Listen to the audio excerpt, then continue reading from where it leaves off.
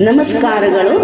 ನಾನು ಶ್ರೀಮತಿ ಅಂಬುಜಾ ಕುಲಕರ್ಣಿ, ಧಾರವಾಡ, ಗಣಕರಂಗ ರಿಜಿಸ್ಟರ್ ಧಾರವಾಡ. ಇವರು 207ನೆಯ ಕೋರೆಗಾಂವ್ ವಿಜಯೋತ್ಸವ ಆಚರಣೆಯ ಪ್ರಯುಕ್ತ ಕೋರೆಗಾಂವ್ ವಿಜಯಸ್ತಂಭ ಎಂಬ ಶೀರ್ಷಿಕೆಯ ಅಡಿಯಲ್ಲಿ ಆಯೋಜಿಸಿದ ಜನಪದ ಶೈಲಿಯ ಕವನ ಸ್ಪರ್ಧೆಗೆ ನನ್ನ ಸ್ವರಚಿತ ಕವನ ಜಾನಪದ ತ್ರಿಪದಿ ಶೈಲಿಯಲ್ಲಿ ನಾನು ವಾಚಿಸುತ್ತಿರುವ ಕವನದ ಶೀರ್ಷಿಕೆ ದೇಶ ಕಾಯುವ ಧೀಶಕ್ತಿ ಒಗ್ಗಟ್ಟು.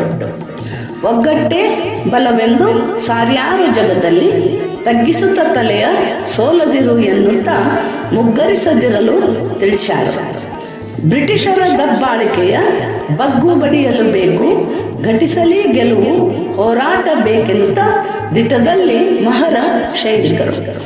ಬಾಳನ್ನು ಬೇಡುತ್ತ ಸೈನ್ಯ ಸೇರಲು ಬಯಸೆ ಕಿಳಿಜಾತಿ ಎಂದು ಪೇಶ್ವೆಯರು ಕಂಡಾರೋ, ಕೀಳೆಂಬ ನೋಟ ಕೆರಳಿಸಲು ಕ್ರೌರ್ಯವನ್ನು ಮೆರೆದಿದ್ದ ಪೇಶ್ವೆಯರ ಧಿಕ್ಕರಿಸಿ ಶೌರ್ಯದಲ್ಲಿ ಹೋರೆ ಬ್ರಿಟಿಷ ಜನ ಪರವಾಗಿ ಧೈರ್ಯದಲ್ಲಿ ಸಾಧಿಸಲು ಗೆಲುವನ್ನು ಸಾಧಿಸಿದ ಸೈನಿಕರ ಕೊಂಡಾಡಿ ತಲೆಬಾಗಿ ಮಡಿದ ಸೈನಿಕರ ನೆನಪಲ್ಲಿ ಒಲುಮೆಯಲ್ಲಿ ಸ್ತಂಭ ಮಾಡ್ಯಾರ. ವಿಜಯ ಸ್ತಂಭವು ಇಂದು ಸಾರಿಹುದು ಸಂದೇಶ, ಸೃಜಿಸುತ್ತ ದೇಶ ಭಕ್ತಿಯನ್ನು ಎಲ್ಲರಲ್ಲಿ ತ್ಯಜಿಸಲಿಕ್ಕೆ ತಿಳಿಸಿ ಭೇದವನ್ನು.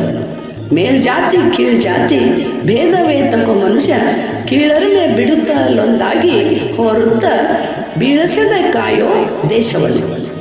ಇತಿಹಾಸ ಪುಟದಲ್ಲಿ ಮರೆಯಾಗಿ ಹೋಗಿದ್ದ ಐತಿಹ್ಯವನ್ನು ಹೊರತಂದು ಬಾಬಾರು ಮತಿಯಿಂದ ಕಂಡು ಗೌರವಿಸಿ. ಧನ್ಯವಾದಗಳು.